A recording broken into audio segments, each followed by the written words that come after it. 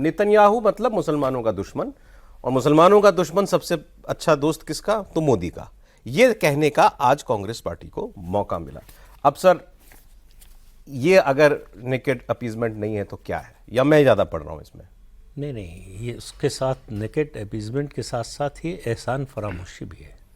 71 के वार में उस समय तो हमने इजराइल को रिकॉग्नाइज भी नहीं किया था, मान्यता भी नहीं दी थी, दूतावास भी नहीं था। 71 के युद्ध में इजराइल ने हमारी मदद की। कश्मीर के मुद्दे पर कभी ऐसा नहीं हुआ कि इजराइल हमारे खिलाफ हुआ हो या न्यूट्रल भी हुआ हो, हमेशा मदद की है। और लेटेस्ट तो ऑपरेशन सिंदूर में इजराइल ने हर तरह की मदद की है। जो देश की सुरक्षा के लिए मदद करे, हमारी संकट के समय मदद करे, उससे बड़ा दोस्त कौन होगा? भाई, आपके अच्छे दिन के, अच्छे समय के दोस्त बहुत होते हैं, लेकिन जो संकट में आपका साथ दे, असली दोस्त तो वही है। तो सवाल यह है कि, और इजराइल से टेक्नोलॉजी से लेकर आप डिफेंस इक्विपमेंट की बात कीजिए, डिफेंस टेक्नोलॉजी की बात कीजिए, एग्रीकल्चर की बात, मतलब कौन सा फील्ड नहीं है जहां से हमको तो इजराइल किसके लिए दिया गया है? ये किसको एड्रेस किया गया है? ये एड्रेस किया गया है मुसलमानों को, मुस्लिम कम्युनिटी को, अपनी मुस्लिम जो कॉन्स्टिट्यूंसी है उसको।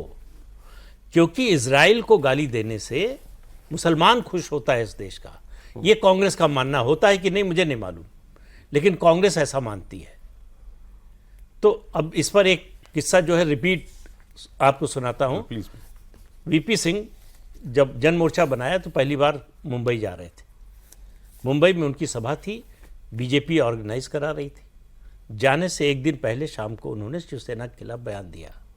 अरुण जेटली उनके घर गए, कहा आप ये क्या कर रहे हैं? आपको मालूम है कि मुंबई में जो है सभा है आपकी, और शिवसेना वहाँ क्या है ये भी आपको मालूम है, और हमारा शिवसेना का गठबंधन है। तो बोले कि तुम लोग सेकुलर पॉलिटिक्स को नहीं समझते हो।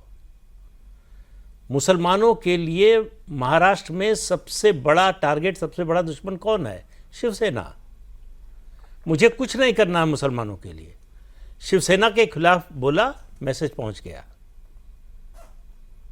तो हम बीजेपी के साथ हैं, गठबंधन नहीं कर रहे हैं, सीटों का तालमेल कर रहे हैं। इससे जो नाराजगी हो सकती थी वो खत्म हो गई। तो इस तरह की सिर्फ जबानी जमा खर्च, बिल्कुल, कि कुछ करना नहीं है।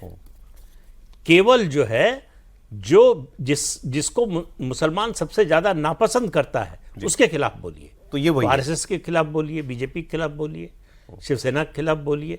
और अब ये अच्छा, इसका पैटर्न है, इसको मतलब बिल्कुल साफ साफ दिखाई दे रहा है। पहले एक दो बार में हमको भी नहीं लगा था, हमने कहा चलो ठीक है यार, ये मानवतावादी बातें होती हैं, वो ठीक है। वहां वो गाजा में जो कुछ हो रहा था उसमें निर्दोष लोग तो मारे गए, इसमें तो कोई इससे इनकार नहीं करेगा। तो गाजा की बात करेंगे तो पहले 7 अक्टूबर की बात करेंगे। अग्रीड।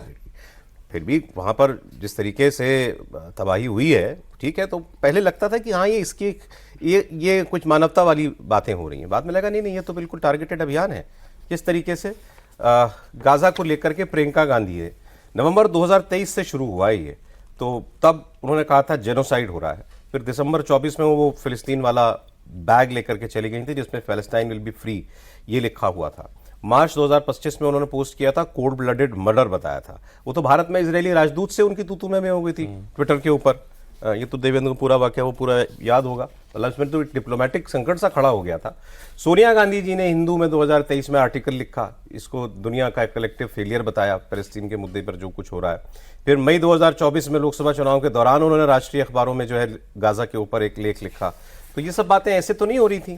फिर राहुल गांधी का अभी हाल का स्टेटमेंट याद कीजिए जिसमें उन्होंने कहा कि भाई अगर मुसलमानों की बात करनी है तो सीधा नाम लेके बात करो, ये माइनॉरिटी कहने की जरूरत नहीं है, सीधे एड्रेस कीजिए अगर आप मुसलमानों के। अच्छा, इनके वो एक मुख्यमंत्री हैं, वो तो बिल्कुल ही गजब है, मतलब अद्भुत ही हैं वो तो, जो रेवंत रेड्डी ने जो बातें कही हैं, उन्होंने तो अभी रमजान में मार्च 2026 में ही उन्होंने कहा था कि ये देश आपकी दुआओं से चल रहा है, सब कुछ आपकी दुआओं से चल रहा है, जब तक आपकी दुआएं रहेंगी सब अच्छा रहेगा।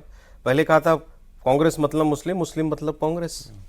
सो इसमें तो कहीं कुछ ग्रे एरिया जैसा है ही नहीं सर। देखिए सौरभ जी, ऐसा है कि यासिर अराफात 83 में आए थे, है ना, जब या जो हमारा कॉन्फ्रेंस थी, तो आप ये देखिए कि यासिर अराफात भी तब भी जितना ज़्यादा इंदिरा गांधी से, कांग्रेस से मतलब जो रहा, तो फ़िलिस्तीन को लेकर के, और फ़िलिस्तीन से जो मोहब्बत नहीं है, इन मुस्लिम कंट्री से इमामों को, शाही इमाम को पैसा कहाँ से आता था कंट्री से। मैं उस समय की बात कर रहा हूँ जब राहुल गांधी नहीं पैदा हुए होंगे उम्र के हिसाब से, लेकिन इसलिए कि देखिए उसमें मुसलमान, आप जो कहते हैं मुसलमान नहीं, उन मुस्लिम देशों को खुश किया जाए जिससे कि पैसा उन, मैंने चाहे वो किसके नाम पे आता है, मस्जिद के नाम पे आता है कि किसी के ट्रस्ट के नाम पे आता है, किसी नाम पर आता है, वही लोग तो वोट डलवाते हैं।